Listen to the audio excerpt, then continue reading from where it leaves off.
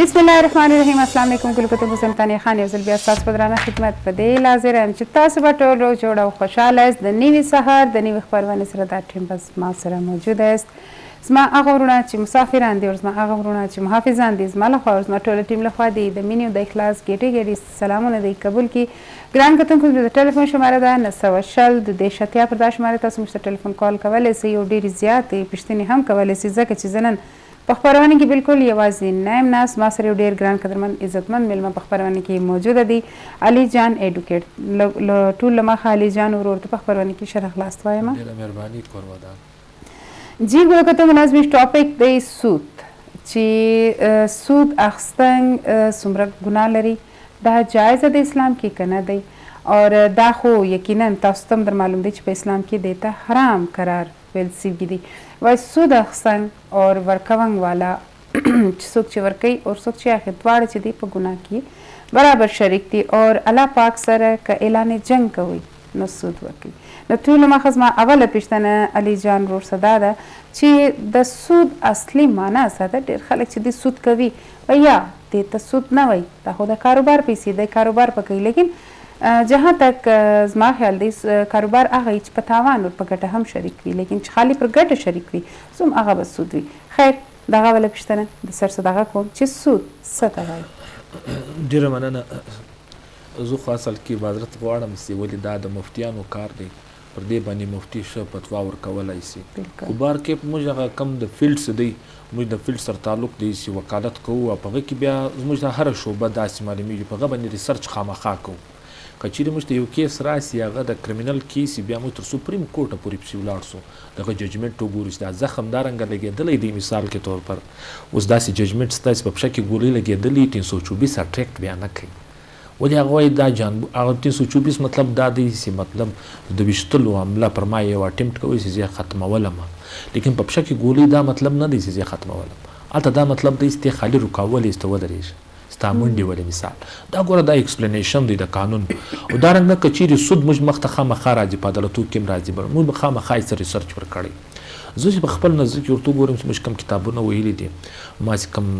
اورېدلي دي له ملایانو سودا، سود هغه شی دی چې مطلب زما سره 1 لک روپۍ دی، زه تا ته درکم چې دا در واخه د 6 میاشتو دپاره یې در واخه، 6 میاشتو دپاره ما تا ته دا روپۍ درکړې، 6 میاشتې پرس وې، زه وایم اوس نو ما ته 1,13,000 روپۍ راکړه. عام مجلس به موږ دا وکړو په پښتو کې سرخله په پیسو باندې پیسې ګټل آرام دي.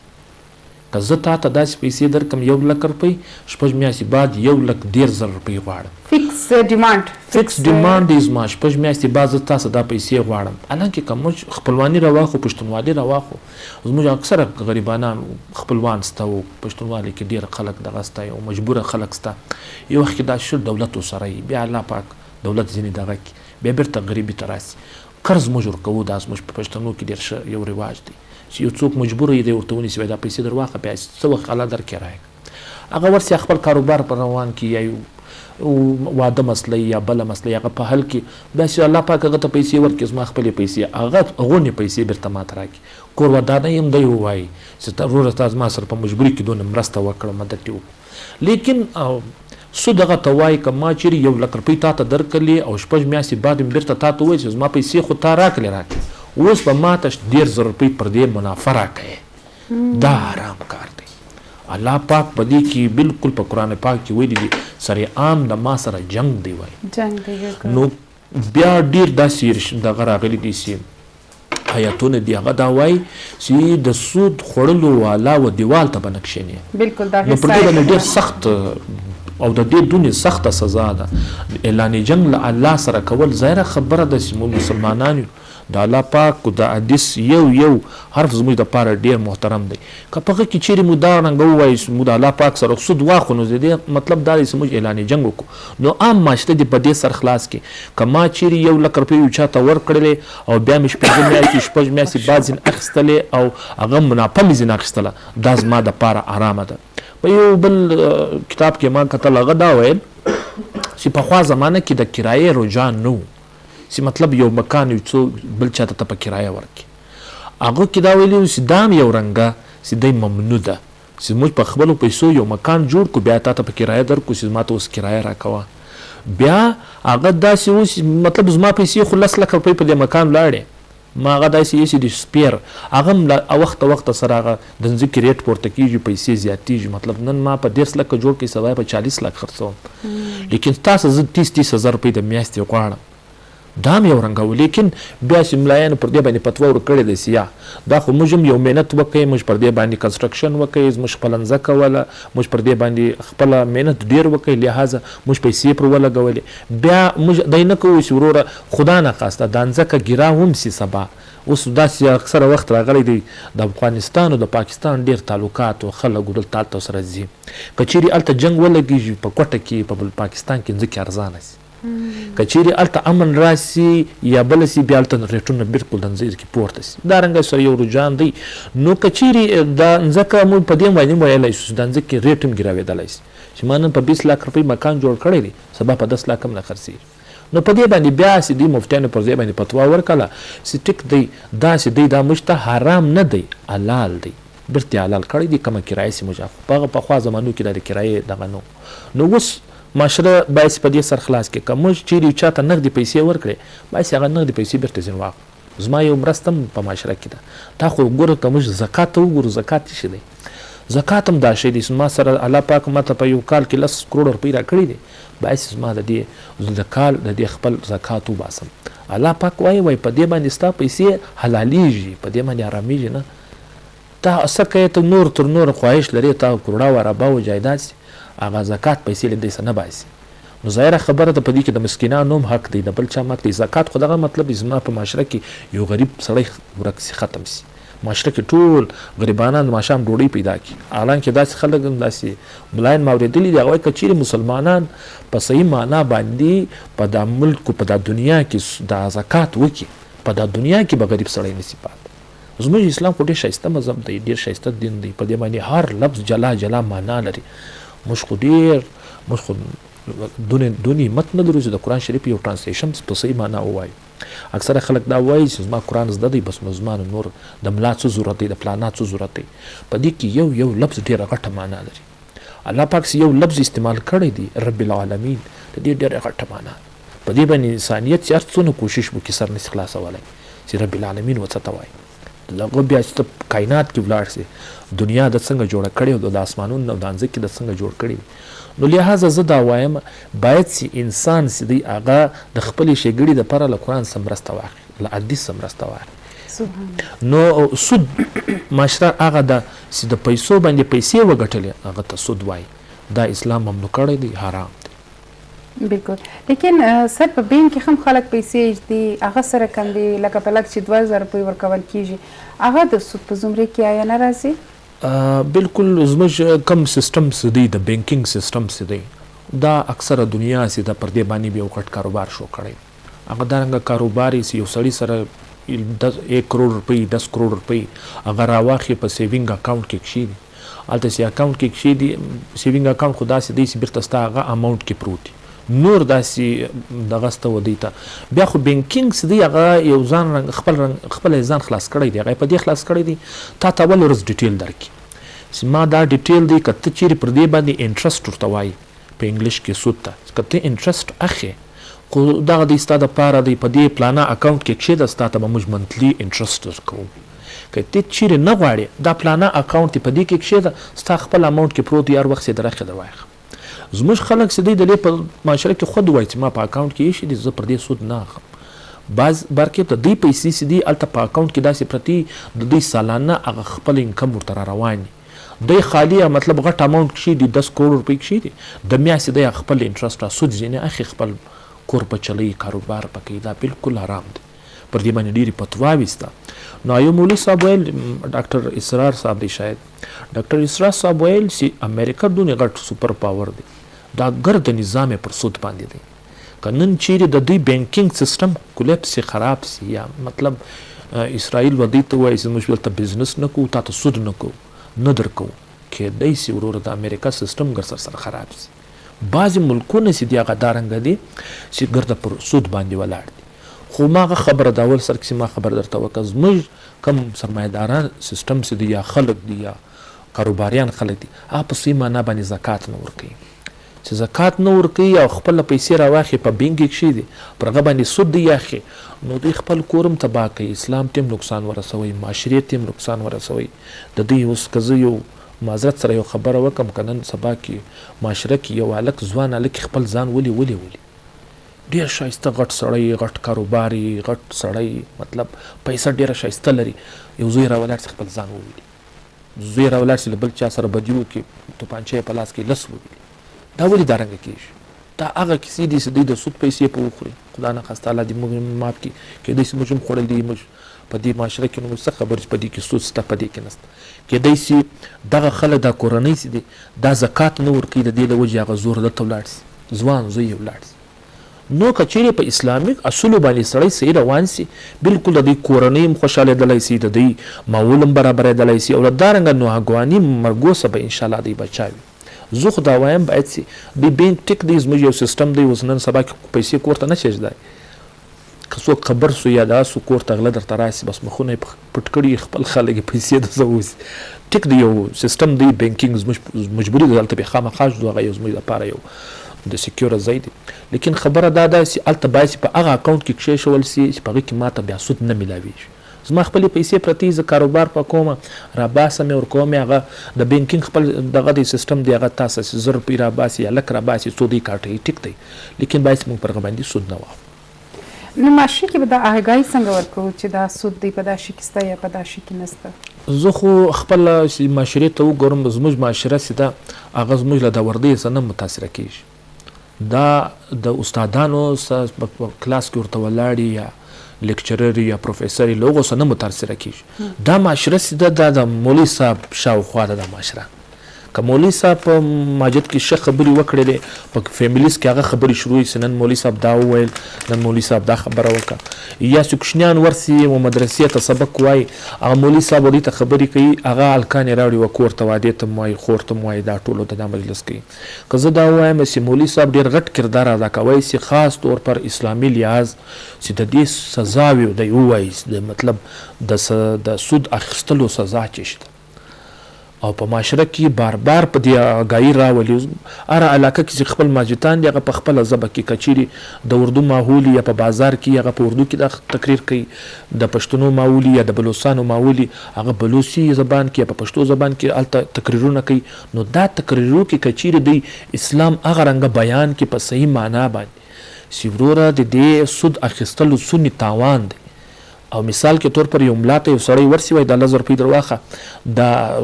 زه تا ته در کوم ستا ماحول به داسې دا مولوي صاحب اول او ته باید سیال وکړي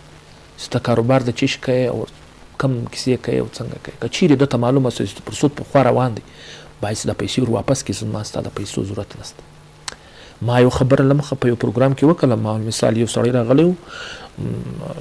لاوري چې شو رحمت الله علیه و هغه راغلی ورته کښېنستلی و میلمه کړی اوس دوی کښېنستو ډوډۍ راواخیستله ده ورته وویل اوس دوی پلار هغو 10 کاله له مخه وفات سوی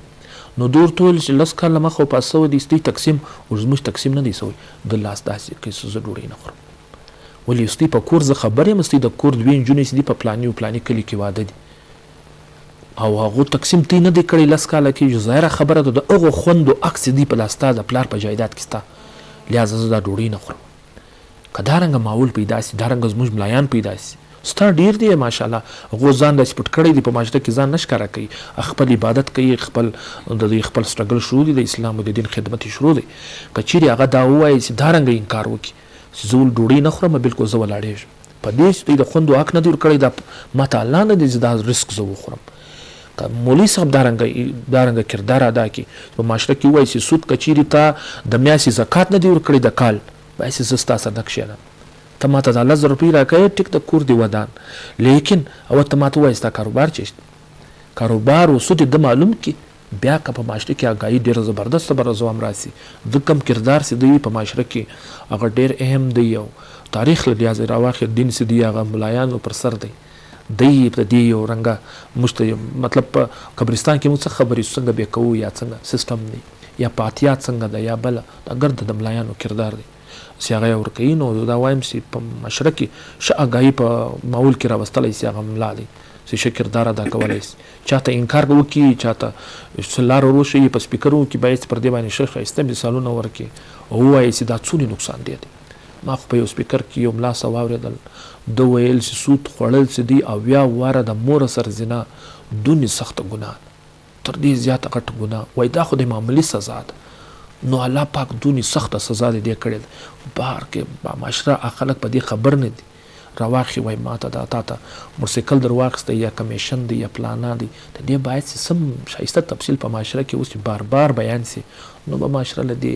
اګام سي او له دې شي به راوګرځي. نو کیس باندې موټرسایکل اخیستنګ هم په سود کې راځي؟ که زه چیرې داسې وم پر دې باندې ډېرې فتواوې راغلي دي. ما که تاسې د مکان مثال درکوي، ما مکان جوړ کړي په 10 لک روپۍ او ما تاته بیا په کرایه درکوي او زما سوچ دا دی چې دا مکان ماته نقصان نه کوي، دا خالي فایده راته کوي. نو الله پاک وایي داسې دی مکروه دی.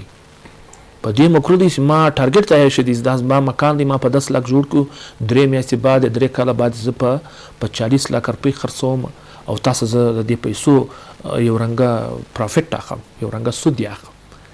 لیکن وایي دا مکروه په یو ټیم کې. اوس وایي جایز دی، بالکل ملایانو ویلي دي چې کرایه اخیستی سي په هغه ټیم کې. پخوا زمانه کې د کرایې رجحان نه و په معاشره کې چې چاته به کرایه مکان ورکړی وای. نو کمیشن دا یو نن سبا کې ماحول هم دی، کېدای سي د اکثره بزنسمینان خوابدي چې ستا ولې دا مجلس وکړي. موږ په معاشره کې یو اګاهي راولو، زموږ مطلب نه دی چې څوک خوابدی کړو یو څوک دغه خوشحاله کړو. ملایان په دې باندې فتوا ورکړې ده چې کچېرې یو سړی راولاړ سي، هغه دا پیسې دا مکان پر تا خرڅوي او دوی ته خالي سره کښېنوي، خالي تا سره کښېنوي، هغه سړي ته ووایي دی دا مکان اخلي، ته په 10 لکه یې غواړم، دی ورته وایي یا په 11 لکه یې خرڅوي، بیا دوی سره جوړ کړي او دوی خپله دلته پرسنټیج اخلي. موږ کوم دا چې ووایي خالي په 2 خبرو باندې ګوره پښتونوالي د اسلام دی. ماجد وایي د چي دپاره جوړ سوی دی؟ ماجد د دې دپاره جوړ سوی دی چې حضرت صلی الله علیه وسلم بلته کېناستو، د خلکو مسایل بیا اورېدل، د چا ته به مشورې ورکولې چې ته څه وایې یا دا لاره تا ته ښه ده دا بده ده. لیکن موږ خو هغه سیسټم نن ختم کړئ، موږ ته نن هغه سیسټم ته نن د کمیشن نوم ورکړئ. نو زه اخلاقا دا وایم چې دا به غلط کاري. که موږ په پښتونوالي کې دا نسو کولی، 2 دوستان نسو جوړولی، 2 کاروباریان نسو سره جوړولی او سره جوړوي دغه پیسې اخو، دا به ډېره اخلاقا ښه کار نه وي. خو بار کې نن سبا کې خو خبره داسې ده چې هغه راولاړ شي، دوی دواړه سره جوړ کړي، بیا دته په پرسنټیج باندې پر لک باندې 100 روپۍ ورکړي پیسې، حالانکې دوی قرار نه چې خالي سره کښېنولي. اخلاقا به زه هم ښه کار نه وي، لازه فتوا ورکول د مولوي صاحب کار دی، زموږ کار نه دی. بالکل ډېر ښایسته خبره تاسو وکړه. بخښنه غواړم سر ما اورېدل چې په عدالتو کې هم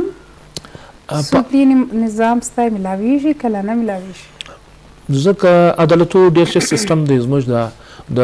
کم انګریز چې دلته یو قانون رایج کړی دی، ولې زموږ خپله ځکه دا دغه ووایم دا زموږ ذمواري ده باید چې دا ملک یو رنګه د شریعت له لارې جوړ کړو، دلته خپل قانون ورکړو. لیکن مسایل دلته داسې دي، قبایلي یو معاشره ده، یو بل دا نه سره منل کېږي. که مثال کې طور پر زه داسې راواخلم، اوس ګوره زموږ قومي زبان چې دی هغه اردو دی، لیکن اردو زبان چې دی تر ننه پورې ډېر کم رایج سوی دی په فیصلو کې د عدالتو یا بل. نو موږ هغه قابلیت نه دی ښکاره کړی زموږ ماحول. که چیرې انګریز یو قانون موږ ته په انګریزي کې را جوړ کړی، تر اوسه په هغه کې موږ سیسټم روان کړی دی. نو عدالتي سیسټم دا دی چې عدالت خامخا یو فیصلې چې دی هغه جاري کوي، موږ هغه پکې موږ خپل ځان خپله راګرځولی سو. اوس یو دعوه ده لګېږي، مثال کې طور پر یو چا څه پیسې اخیستي، 13 لک روپۍ یا 40 لک روپۍ، هغه پیسې بیرته دی نه ورکوي، دی چیک ورکړي، هغه چیک هم ډسانر سي، بیا دا سړی مجبوره سي چې نو اوس په دا سړي زه څه وکړم، چیک یې راکړی دی، چیک د بینک والا چې دی هغه ډسانر کوي چې وایي پیسې په بینک کې نسته، دلته زما دونې غټ پیسې په ده باندې پاتې 4 کاله مثال اوس ما ډېره پیسه په ګټلی سوای، لیکن دا سړی ما ته پیسې نه راکړي. بیا چې دی یو وکیل ته دا کیس ورکړي، هغه وکیل کیس ورجوړ کړي، د ریکوري سوټ ورته وایي. ریکوري سوټ چې ولګي په هغه کې یو شی بل ولیکي، وایي ما ته مارکپ هم راکړه. مارکپ مطلب دا دی چې زما د وکیل خرچم راکا او پر دې باندې ما ته دون انټرست، زما د پیسو یو رنګه کما سیول ویل د دې پیسو ګټه ما ته راکا. نو پیسو ګټه ما ویل سیاسان الفاظو کې چې مطلب د پیسو چې چاته ورکې پر هغه باندې ګټه نه سي اخیستی، نو دغه مارکپ چې دی دا د وکیل لپاره یا دغه بلې پارټۍ دپاره دا جایز نه دی. اکثره زموږ ډېر ښایسته وکیلان دي، ولې د بلوچ وکیلان دي، پښتانه وکیلان دي، پنجابیان وکیلان دي، هغه چې موږ کیس ولرو داسې بد راته وګوري چې ټیک دی اوس ته کیس کوې خپل کیس دې وکړه، خپل فیس ورته تی کړه او ځینې وایه، لیکن مارکپ خبره نه ده چې دی کوې دا موږ د ده په هغه انداز لا پوه 50 روپۍ کې ورکړي زما لازمي که د تاوان وکړي کې د ګټه زما ما 10 لک روپۍ دي زه هلته ورته ولیکم چې 1 لک روپۍ ما ته مارکپ راکړه. دا خو نه ناجایزه دی. دا د وکیلم په لاس کې دی، د جج هم په لاس کې، دغه بیا د کوټ چې دا کیس وچلېږي، دا که چیرې کیس وچلېږي مثال کې طور پر هغه کیس کې ګواهان پیښ شي بیا د جج مرضي دی. که چیرې دته معلوم شي دا سړي 15 کاله خپلې پیسې بندي کړي دي ورکړي دي او دا سړی نه پیسې ورکوي نه چیک ورکوي نه بیرته دا ورکوي، هغه به طورې سزا مده ته دا مارکپ ور الاوډ کړي ټیک دی دونه مارکپ هم مده ته ورکړه. لیکن دلته د کیس مسله د جج هم په اختیار کې بیا دا خبره نه وي، ولې دا کیس تللی سي های کورټ ته چې ضروره دا سړي دونې محنت کړی یا دونې پیسې وخت پساو کړې تا وده ته ولې یو مارکپ نه دی ورکړی. بیا هغه کیس تللی سي سپریم کورټ ته، پر سپریم کورټ بیا داسې فیصلې سته هغه دا ویلي دي که سړی دی دونه تنګ کړی دی د پیسې دونې وخت بچاو کړي یې شي دی ورکوي نه په چک په ذریعه ورکوي نه یو رازنامه ورسره کوي نه نور ټیم ځینې اخلي جانبوج کې تنګولي بیا مارکپ پیسې ورکوي ونه ته چې و دا دونې مارکپ ورکړه 1 لک روپۍ او 20 لک مطلب د کیس پیسې دي هغه د داسې ورکړې وې قرض دی هغه ورکړه. دارنګه کیسونه شته خو اخلاقا دا ښه کار نه دی چې موږ مطلب مارکپ په کیس کې وکړو یا خدا نخواسته داسې وکړو چې وکیل وایي ماته دې ورسېږي، دا باعث په عدالتو کې نه وي. عدالت آرډر وکړي نه چې مطلب دا پیسې ورکړه مارکپ یا د خپل پیمنټ که بیا هم هغه کس نه کې ور بیا دا خو ډېر ښایسته نظام دی، په انګریز دونې ښایسته جوړ کړی دی، په دې کې یو سیکشن څه دی هغه ډېر ښایسته دی. که چیرې عدالت یې ور فیصله وکړي چې مطلب دا 30 لک روپۍ دی دا به ته ورکوې او دا آرډر وکړي، دا آرډر بیا لیمټ لري 13 ورځې، په 13 ورځې کې به دا آرډر دا بله پارټي چاته چې ډایرکشن ورکړی دی دا به چیلنجوي په های کورټ کې کنې دا پیسې به خامخا دی ورکوي او که یوې میاشتې بعد هم دی کې پیسې نه کي ور بیا دا سړی کنټمپټ اف کورټ پر لګولی سي چې ته ولې دا زما پیسې نه سي راکوی. نو خامخا عدالتي پیسې خو ډېرې سختې دغه خپل حدود معلوم دا سړی بیا ځان نه سي ځینې خلاصولی ته ورکوي به خامخا نه کې وارنټي ګرفتاري جاري خامخا به ورکوي. جی ګورو کتونکو ښایسته غوندې سندره تیار ده راځئ چې غوږ سترګو سو.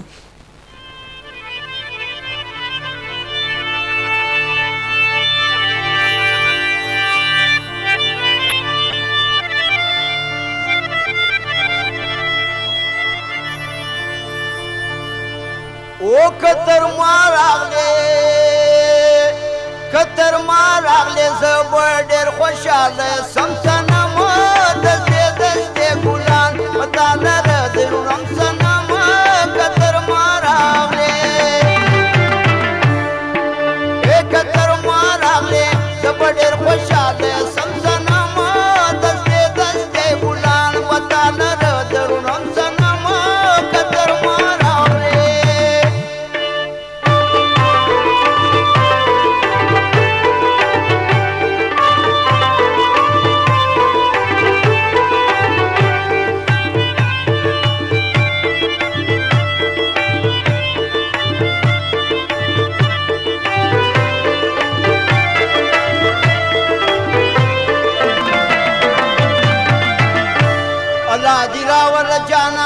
پدیدار می کموڑ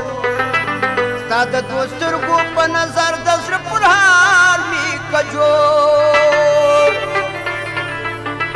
الله دی راول جانانا پدیدار می کموڑ ستا د دوسترګو په نظر د زړه پر حال می کجوړ لری لماو کداغ یار ظالم سیتم سنمو دسته ګلان پتا لره درم سنمو دسته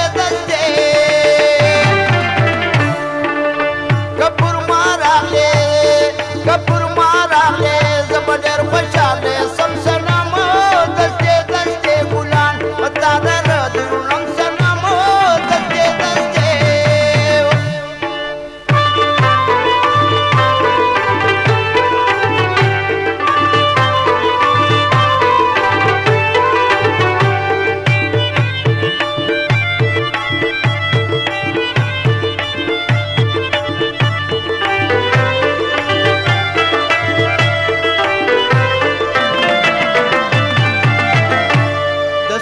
فرش په کموار کته پر راغلی یارو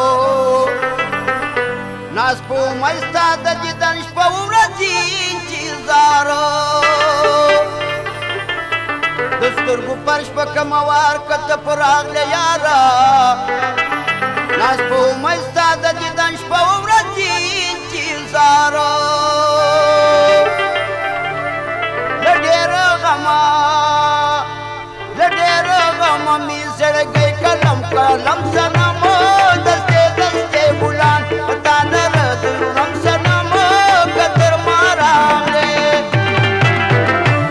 ما راغلې زه به ډېر خوشحاله سم صنمه دستې دستې ګلان په تا لره د رم صنمه که تر ما راغلې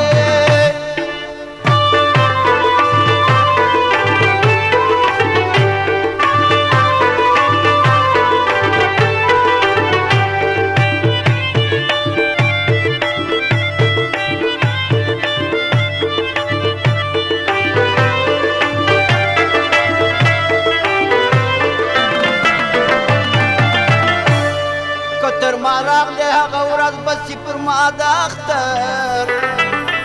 نور ارمان نه لرم که ستا په دیدن شوم بختور که تر ما راغلی هغه وخت بسي پر ما د اختر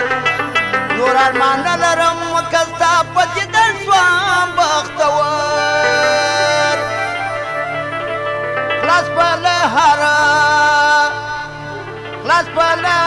درد و غم د دنیا سم صنمو دستې دستې ګلان په تا لره د رم صنمو که تر ما راغلې زه به ډېر خوشحاله سم صنمو دستې دستې ګلان په تا لره د رم صنمو دستې دستې ګلان په تا لره د رم صنمو که تر ما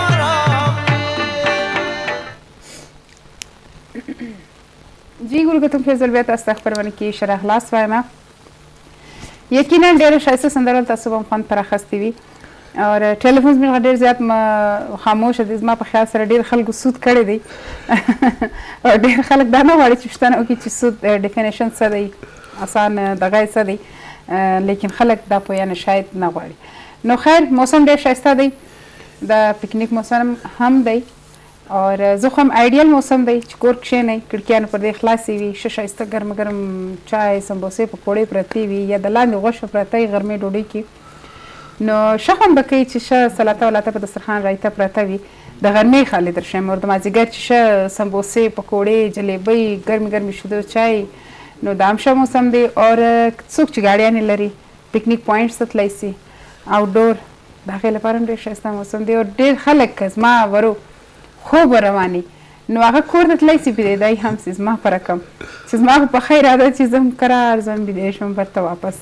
نو ډېر ښایسته موسم دی موسم انجوای کوي پروا نه کوي که مې سود کړی دی توبې لارې خلاصې دي ډېر خلک سود کړی دا ټیم په غوسه کې ناست دي چې دا خپرونه ولې ایښې ده بندې کوي دا ټي وي دا فالتو غږېږي نو هېڅ مسله نه ده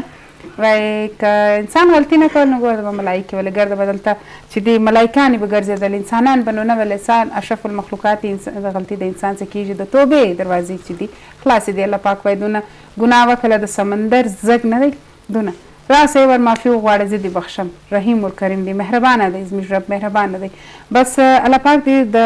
ګناهو راتېر سي برته به راځه د وکیل صاحب په لوره باندې چې د سود پیسې باندې ثواب ګټئ سي خیرات کوئ سي حج کوئ سي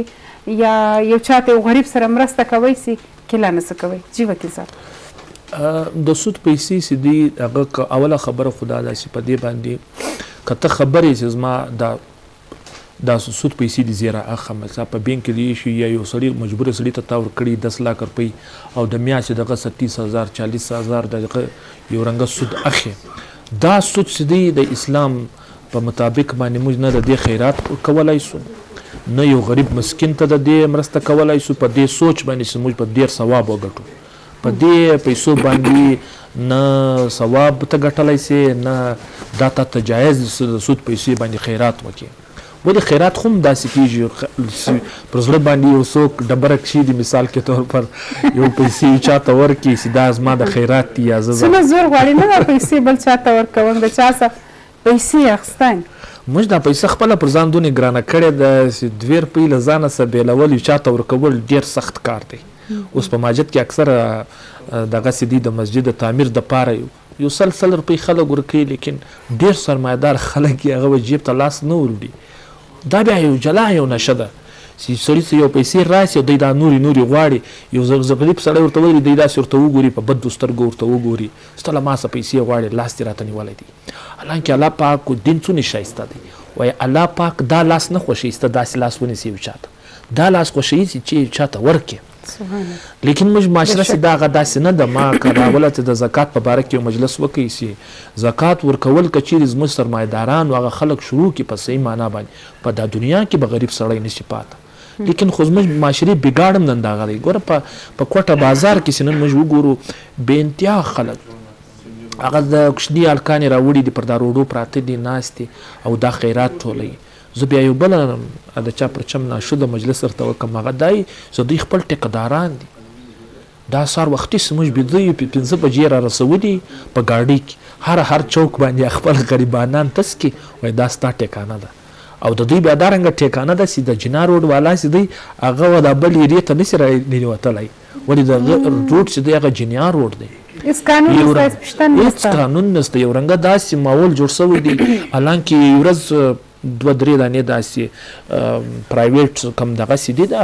چینلانو والا دی، یو هلک سړی نیولی و، هغه څه زخمي و، دی هسپتال ته وړی و. دا مطلب خیرات والا و. دوی څه د دې صدرې ور خلاصه 1 लाख روپۍ خرید دا کوټه څه د دوی راویستلې. بیا چې د دوی دا کپړې وکتلې، جورابې وکتلې، په لکاو روپۍ دا سړي داسې سره کړې وې، په د خپلو جورابې کې اچولې، په ګوټو کې اچولې. زموږ معاشره خو دا د ورکولو والا خو ده، لیکن دې ته هم نه ګوري چې زه چاته پیسې ورکوم. په لکاو روپۍ د دا یو وسکې بس ګورو کتونکو زما اراده ده بس دا خپل جوب پرېږدم، دا پی ټي وي پرېږدم، ګرده شیان پرېږدم، زه نن څه دا کاروبار شروع کوم. په دې کې ډېره زیاته فایده ده. لیکن په دې کې فایده یې ډېره ده. نو زه یو کریډټ په دې کې هزارهګانو ته ورکوم. هزاره کمه کمیونټي چې دلته ده په کوټه کې ده، په مریم آباد کې ده، دوی ته په دې کریډټ ورکوم چې د دوی خپل یو تنظیم یې جوړ کړی دی، یو کمیونټي نوم یې ورکړی دی، او دا کمیونټي دا کار کوي چې مطلب 50 کسان به دې ته خپل چنده ورکوي. هغه پیسې دوی راواخلي، په خپله ګلیو خپل موله کې وګوري چې کوم یو هلک غریب دی، ځوان دی، کار نشي کولی، هغه ته یو پرچون دوکان ور خلاص کړي. هغه ته وایي دا پرچون دوکان دی، پر دې باندې انویسټمنټ شروع کړه، موږ تا ته 30,000 روپۍ درکړي دي، 5 میاشتې بعد د خپلې 30,000 روپۍ موږ ته راکړه. دا یو هلک یې پر دې کار اخته کړی دی. بل که دوی وګوري اوس زموږ کوټه دونې غټه ده، حالانکې د هزارګانو هم ښه غټه آبادي ده. یو سړی ته هزاره ماته راوشی چې هغه په کوټه کې خیرات غواړي، نه به یې وویني. دا ولې دا د یو کمیونټي سیستم جوړ کړی دی. دوی خپل یو هزاره، یو ازبک، دا بالکل ته نسي لیدلی په کوټې بازار کې دوی خیرات غواړي. دا هغه کمیونټي یو ورک دی، دوی کړی دی. نن ته په کوټه بازار کې یو غریب هزاره سړی نسي لیدلی، که دوی خپله وویني دوی دغه تنظیم سړی راولاړېږي، دا سړی په خپله دغه کې وړي او خپل تنظیم ته مخامخ کوي، دوی په بازار کې ناست خیرات یې غوښتی. دا تنظیم اوتې هوې څنګه دا زموږ یو سړی هلته خیرات غوښتی سي، بیا هغه راولات یا تنظیم وده ته که خدا نه خاصه دی معذوره دی، لپشې څه ګوډ دی، لاس یې نسته یا بله د ده په مطابق باندې ده ته یو کار ور برابر کړي، د ده په مطابق باندې د ده په قابلیت باندې یو شی ور برابر کړي. په دې کریډټ زه دوی ته وکوم چې کوټې بازار کې د دنیا خلک خیرات غواړي. اول خو دا له ګورمنټه څه دا ده چې باید چې د دې یو ګر سره یو فارنر، یو انګریز، یو بل څوک زموږ به کوټې ته راتلی نه سي چې هغه راسي دوی ګرده منډې پسې وایي، بس یو څوک پیسې ځینې غواړي، څوک څنګه. ماحول بالکل سره خراب دی. دویم دا دی پر دې د څه ایکشن واخیستل سي. دوی د دې زه خبر یم چې د دوی مثال کے طور پر کدبه د انویسټیګیشن وسی سر وختي په کیمرو کې ګرده کوټه شارس دی، په کیمرو کې دی چې وکتل سي کمی ګاډیان د خلک دلته راوړي، په دا روډو کښته کوي، هیڅ په غو باندې خلاف یو کاروایی کستله کومه خو د خلک راوړي. زه یو مثال درکوم، یو خبر کې یو سټوري ویله، خپل ډیر افسوس پراله دا رنګ شانس زه وګورم اکثره ماته زړام راځي. هغه په دې یو د پنجاب یو سړی و، هغه راغلی و کوټې په دغه یو سړی دغه پنجاب کې د یو سرمایدار سړی د دو زوی اغوا کړی و. چا بیا دا اغوا زوی چې دی د لاسونه او پښې دواړه ورمت کړي،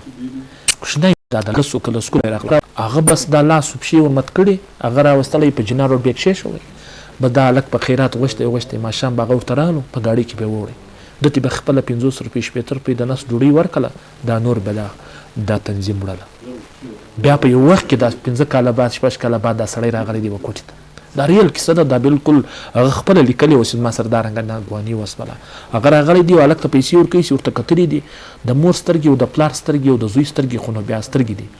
خامخا چر څونه وخت نسر وویني په سترګو کې سره پیژني دا سترګې د چا دي نو هغه چې دا هلک ته کتلي و خیرات یې غوښتې ورته ویې کتل چې دا خو بالکل زما زوی دی هغه یې په غېږ کې ونیو ستا نوم ستا کیسه دول ما ته خیرات راکړه ما ته خیرات راکړه هغول به یې ته څوک یې ګر سره ویې پېژندی بس چغې یې کړې په غېږ کې ونیو تر تاڼې پورې بوتلی تر هسپتاله پورې بوتلی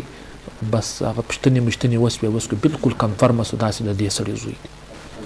دا یو غټ ګینګ رنګه دا استعمالیږي د باره خوا هلکان غواسي و کوټې ته راسي لاسونه و پښې مات کړي بس هغه خوارکۍ نو څه کولی شي کوچني عمر دی هغه څه کولی شي بس هغه خوارکۍ خیرات غواړي نو هغه خیرات والا د خپل د دې مخنیوی بالکل ډېر زیات ضروري دي سر دا خو ډېر زبردست خبره تا په لایف پروګرام کې شیر کړې ده دا زموږ وروستی فرض دی د عوام غه د دې مخنیوی دی وکړي د ده پسې پسې چې که ګورمنټ په دې پسې اکشن نه اخلي دا دونه عوام چې ناست دي د دونه غټې غټې خبرې چې کوي دا دې یو دغه وکړي هر یو خپل پر نفسا نفسي کې دی بس چې پیسې ورسره دي هغه خپل په دون کې دی غریب خپل په دغه کې دی نو باید دا اکثر زه دا وایم خپرونه کې چې به زنانه ده روانه ده یو کوچنۍ نجلۍ ده کوچنی ماشوم ورسره دی بابا دا ماشومان دی د کومه خوا راوړي د دونه ما ډېر نوټ کړي زه اکثر په خپرونه کې وایم چې ور وګورئ دا دونه ډېر کوچنیان د دې سره د کومه خوا راځي اردوی ښایسته نجونې ورسره یي دی ښایسته هلکوان ورسره یي چې رنګ یې له د دوی غنی هلته به انسان دغه اوسي لیکن زه هم دا خو په غټ ګینګ کې ګرده به ورسره میلاوي دا یو کوچنی مارته یې نسو کوی مارته د یو چا کوچنی غلا کوی سو نه یې څه غلا کوی که سپورټ راسره یي پوره ټیم راسره یي نو بیا یې کوی سو ولې سر مارته غلا کوی سو یا دا زموږ د اوس کار نه زموږ یو پښتانه و دغه معاشره ډېره ښایسته معاشره ده زموږ که چیرې د کوره څه کوچنی راوځي زموږ همسایه هم خیال ساتي همسایه خیال ساتي زموږ اکثره زموږ په اوس مطلب غټ غټ هلکان اوس بازار کې یو د سګرېټو یو حرکت وکړو یا بله وکړو هغه هم بیا کور ته رسېدلی ستا مخه لږ په تیار یي زموږ بابا شناختې خپل کلي خلک دي بس قریب په مثال کې ورته ستا زوی مې ولیدی ډېر ښه ځوان ځین ختلی و سګرېټ یې په لاس کې و پر جنا روډ ولاړو هغه کور ته راشي کور ته حال راشي نو بس بیا کیسه سره خرابه شي بابا داسې نو هغه څه دی ولې په دې چې د پښتنو ماحول دی یو د بل ډېر خیال ساتي داسې دغه اوس اوس مثال دا د اوس ما د یو د اخباري دغه سره بیان کوي د پنجاب او د لاهور د علاقې څخه د هلک دلته راوړي بس هغه نو بیا هلته په کوټې کې په څه خبرې پر کومه خوا ولاړ شي چا ته ووایي کومې تاڼې ته ولاړ شي بس هغه مجبوره شي و دې کار ته چې ما ته د نس ډوډۍ راکوي بس نو زه د دې پکې نه باندې ځم ماشوم د ماشوم په څه پوهېږي موږ خپل انسانان موږ په شي نه پوهېږو موږ په دا عمر کې هم غلطیانې کوو په دا عمر کې موږ غلطي کوو نو بیا هم کوچنیان راټینګ کړي لشین ورته نیولي برته به راځو د سود خپرونه زموږ ټاپک روان و نو سود څو قسمونه دي سر اور ما ولم دا پوښتنه وکړه د سود په پیسو حج کولی سو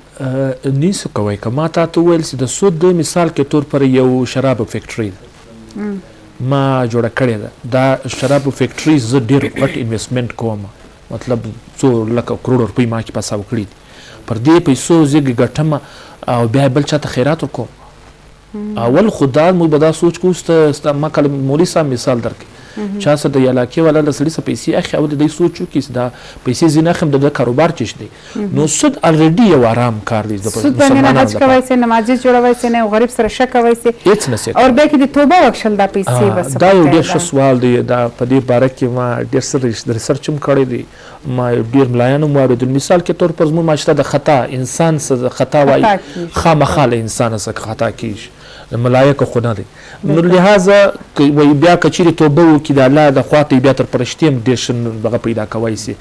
نو د توبه که چیرې وباسي اول خو به د توبه بیان کړو توبه چیشته الله پاک وایي زما دروازې همیشه د عمر بر دپاره ستا ته خلاصې دي ته واپسې راسه ته اني ټایم ته الله ته توبه وباسه لیکن په یوه شرط چې هغه توبه تا وکړه هغه کار بیا ته دوباره ونه کړې الله پاک بیا ناراضه کېږي ما خو داسې په یو کتاب کې ویل چې فرعون ځان ته خپله خدای ویل چې زه خدای لیکن دی به ماښام ټیم کښېنستی خدای ته به یې ډېرې زارۍ وکړې چې سار زه داسې لاس داسې کوم چې باران دې وشي باران باید شروع شي په یوه پښه به وای دی درېدی او د خدای ته زاری کول او د اوش کې ویل او د ورځې به د خدای دعوه کوله د خدای دعوه کوله چا پښتنه څوک خدای چې په آی تھنک حضرت موسی آی تھنک دغه نه سم ویلې شاید نو وای خدای ته ویل فرعون د خدای دعوه کوي ته ولې نه غرکې وای د خدای دعوه کوي نو ماشام دی برته مال راځي پرېوب شه د سار راته ولاړې زاری خواستی راته کوي په دنیا کې مې مدغه کوه رسوا کوه ها بالکل ما مې رسوا کوه نو کچېرې موږ د هم وایي څه وخت تباه کېدی او ورکېدی الله پاک کار پر نازل سو هغه ټایم خدای ویل که دا ویل چې خدای دې دغه کړي وایي بیا ما ده ته لاره ورکول لیکن د له موسی څه ما خیال توبې غوښتې چې موسی ما معاف کړه یا د بیا ملتم هغه تکبر ځان ته ایښو تکبر ته ځان ته ایښو الله پاک د توبې دروازه همیشه خلاصه دا خلکو د مخه نه فوج د مخه دا ویل چې دیني که زه دا خبره وکم یا به دې دغه وکړي چې به د موسی خدای جلا دی نو دلته هغه د خپل دغه برقرار شوی بیا ملته ځان خدای جوړ کړی چې مطلب زه درته وایم مباشرت نو د په وینا باندې چیرې تللی ولې هغه شاته چې د فوج هلته د ځان مخته کوي ځکه هلته هم د خدای ویلې وایي که هغه ټیم د ماته ویلې چې یا الله ما ته لاره راکوه بیا هلته ما درته لاره ورکوله وایي خالد ده زه یاد کړی وم بېشک الله پاک چې دی هغه ډېر مهربانه ذات هغه وایي چې زه انسان او مسلمان انسانیت خبره کړې ده انسانیت ماته ته اویا واره تر مور زیاته را ګران دی نو الله پاک چې موږ دونه پر ګران یو موږ هغه ته توبه وباسو بیا یې ولې هیله نسو کولی چې دا به ما معاف کړي نو اول توبه دا ده چې د الله پاک دروازې خلاصې دي همیش موږ الله پاک څخه توبه لیکن دروازې وایي هلته بندېږي چې الله پاک رود څه واخیستله بیا دروازه بنده سو بیا که ته هر څونه دغه وکړې وایي د یو سکنډ ژوند چې دی بیا تا ته الله پاک نه درکوي بیا به ته احساس وکړې چې بس ما ته یو سکنډ مازي په دنیا کې میلاو چې زه توبه وباسم له زړه یې وباسم لیکن هغه موقع بیا ولاړې نو انسانیت ته پکار ده په هر شي باندې توبه وباسي ها د سود ریاضه پورې ما یو ډاکټر ذاکر نایک صاحب اورېدی ده ویل که چیرې یو سود خوري یو سود کوي یو کاروبار یو ډېره غټه سطح جوړ کړی لیکن دی بیا یو وخت کې توبه وباسي اوس دی دا پیسې له اماونټ د سره غټ اماونټ پروت په دې باندې څه وکړي بیا هم وایي ده ته دا دغه دي دی په هغه باندې خیرات نشي کولی بیا هم خیرات چا څه چې اخیستی هغه ته دې ورسېد دی یا هغه خو نو ولاړی کاروبار ورته کې وکړي یا سود وکړي ویې کړې بیا په هغه باندې دا دی چې مطلب ډېر اماونټ وي یا ډېره وخته بعد وي مطلب دغه کړی سره په هغه باندې یو شی د ما وویل واورېدی په هغه ته ویلي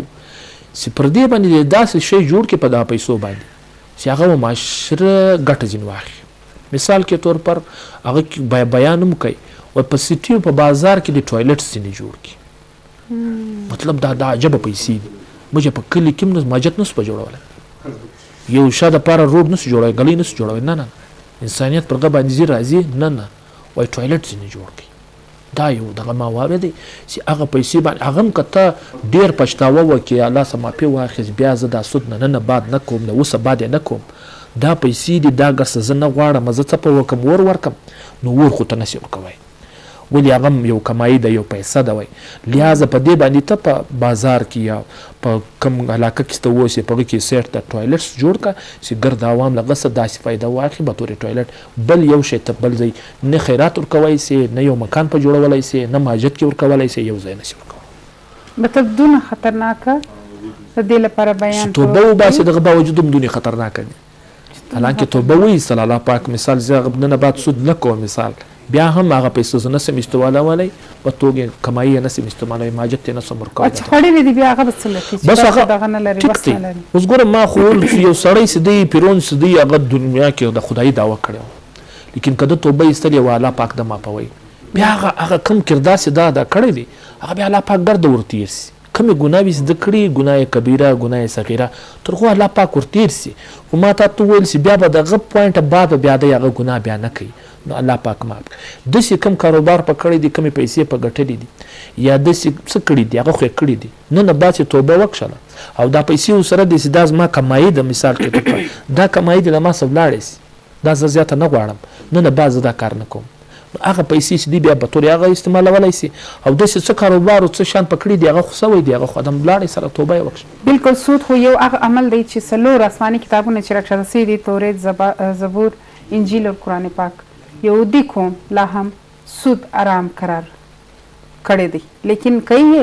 ظاهر بطور انټرست او بینکینګ هغه کوي لیکن په سوچ سلور آسماني کتابونه رخصت په سلو کې چې دی سود حرام دی او د سود والا پر سایکیک شینستنګ لا هم ګناه لري داغه د کور د سایه په دیوال داغه د دیوال په سایکیک شینستنګ او سود اخستنګ او ورکوم والا دواړه برابر دي او سود کوم دی لکه د خدای او د خدای د رسول سره اعلان جنگ زوم یو مسلمان ودانه غواړي چې مسلمان شي د خدای سره اعلان جنگ دغه وکړي نو بهتره ده چې سود کوي نو په کاروبار کې پیسې واچوي خپل لاس په شپ کې ستړي کوي هغه کاروبار چې پاره کې ګټه می تاوان می هغه کاروبار زه هم سود بنئ هغه کې خالی فائدہ ده زوم هغه په سود کې راځي او ډېر بانکس داسې دي چې سود کوي ډېر داسې کونډې دي چې بانکو ته لک روپۍ ورکړي هغه لک روپۍ چې ته بانک ته ورکوې 2000 روپۍ سود پر هغې د هغې ولې د کراچي لاهور څخه کالي نه راوړي پر هغې یو بوتیک نه سټارټوي پر هغې باندې د کالي باندې یو فکس 100 یا 200 روپۍ اماونټ نه ایږدئ ګټه ولې نه پر کوئ نو چې دا سود ته ورکوي خپل لاس پښه ولې نه خوروئ ډېر خلک داسې خوند شته چې فوډ پانډا ته شیان ورپخې سرور کوي نو هغه پیسې په کاروبار کې نه بندوي هغه پیسې بوتیک ول کور کې نه خلاصوي هغه پیسې په کور کې غزنانې ولي یو بیوټیشن دغه نه خلاصوي د سنن ملدل په کور کې پرچون دکان خلاص کړي څه پرچون خلاص کړي کښنیان ورته راولي یا کښنیان ورته راځي د چولې د ګونه پخې ماشومان ته ورکوي او په کور کې کپڑے خرڅوي په کور کې پالران کار کوي نو هغه سود نه دی کوم پیسې ستاره چې ته چاته په کاروبار ورکې په کاروبار خلک بیریږي مچاته ورکې ورواکې نن سبا دغه سیستم دی ما تقریبا خدای دې دروغجن نه کیسو کال مخه چا ماته ول ته ماته پیسې راکړه کاروبار وکړو لرم نو خپلوان وسره نو نه هم چې څوک یا څوک نو ګټې لپاره زما پیسې واخیستلې او ما سره نور د پیسې واخیستل چې زه د سین څخه تاله ګاډي راوړم نه مې درنه هغه د خپله ګټه ولیدله نه مې درنه خپلې پیسې ولیدلې نه مې هغه ګاډۍ ولیدل هغه پیسې داسې ډوب شولې چې بس ما خاورو ته واچولې ما به په ذهن کې دغه مال پیسې دي راسره دي پالتو پرتې دي بونډونه راسره پراته ولې ښه ډېر اماونټ دونه بونډونه ولې او یو بونډ 40,000 غو د 100 غو ښه ډېر پیسې راسره ولې د 100 کال مخه ده نو ځای په ځای دغه ډزې راکوي پالران مې ولاړې دونه ډز ما وخوړې پکې چې د خپل پالران مې پکې ولاړې ډوب شولې نو هغه زما هزاله د پیسو درنه نه ده هغه پیسې در اوسه پورې هرمان دی ولې زما حق حلال کمایي ولا زما خپله سیلري ولا چې کمیټیان ما پر اچوي زما خپل ګولډ ولې چې ما ورکړې خرڅ وې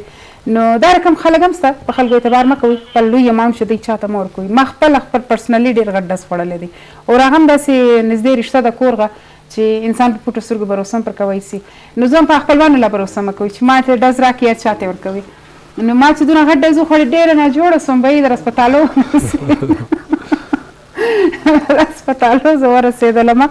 ظاهر دی دونه غټ اماونټ مې افسوس پرونې ټاینګلو کتونکو پای ته رسېدلی دی یو جهان مننه سر چې تا خپل قیمتي وخت ویسه زما خپرونې ته راغلاست ډېره مننه بس اخري خبره زه دا کوم هغه یو چا ډېر ښه د پخواني وخت یو مثال ورکړی دی وایي ما سره 1 کیلو دغه د خرما دي زه باید چې هغه راوړم له تا سره په 1 کیلو خرما باندې بدلې کړم که چیرې ما تا ته وویل چې دا 1 کیلو در واخله ستا والا خرما چې دي خرابې دي ما ته 2 کیلو راکړه دا سیم شی چې دی سیم مطلب فروټ دا په سود کې راځي باید چې زه دا ووایم ته ما ته دا ووایي چې اول دا خرڅ کړه خپل اماونټ دې راواخله ما سره 2 کیلو واخله دې ته وایي اګایي دې ته وایي پوهنه دې ته وایي د سود یو غټ مثال سیم شی چې دی مطلب موټرسایکل دی زما موټرسایکل دی زه ورته یو در کومه ته 2 ماته موټرسایکل راکړه دا آرام کار دی اول به زه دا خپل موټرسایکل خرڅوم زما والا ښه کمپنۍ دی نوی دی زه به دا خرڅوم په دې پیسو به بیا ستاسو دا 2 لنې راخ په دې یو مثال سره باید چې زموږ معاشره په دې سر خلاص کړي سود وچش ته وایي اسلام د دې یو غټ مثال ورکړی دی او زه د یو بیا ریکوست کوم په اخر کې ملایانو صاحبانو ته ډېر ښایسته ماحول دی جوړوي د سود باید چې بیس وکړي موږ معاشره د دې کار څخه خلاص شي بیا کې به ژوند کور به ماحول به هم ښایسته وي او معاشره به له د جګړو له خودکشیانو دې شیانو څخه بچا بالکل فسادونه کم چې جوړ تیار کورې بلاست سلنډر بلاست کور وسوځل سو جوړ تیار کورې هلکې د کور وته اکسیډنټ وسو مړ سو جوړ تیار انسانانې کینسر سل ماشان به د ساره پورس به د کینسر نه جوړي چې ده یا فلانی نو کوشش کوئ د سود څخه ځان خیال ساتئ او پور چاته مور کوي غټه مونږ سره چاته مور کوي ما ډز خوړلې دی زه ډېره نه جوړ سم دغه سو او غټه مونږ خو سره مور کوي کښنی ورکي 400 نه اعتباري لیکن ځان لږ سپموئ. افسوس د خپرونې ټایم چې دی بالکل پای ته رسېد. دا ټیم ماته زما ټولو ټیم ته راکړي اجازت. د بلې خپرونې پورې خپل د ځانو خیال ساتئ، خپل د ماشومان خیال ساتئ، موږ په دعاو کې یاد ساتئ. سود که سره مه کوئ. ښه ورځ، ښه شپه ولرئ. د الله په امان.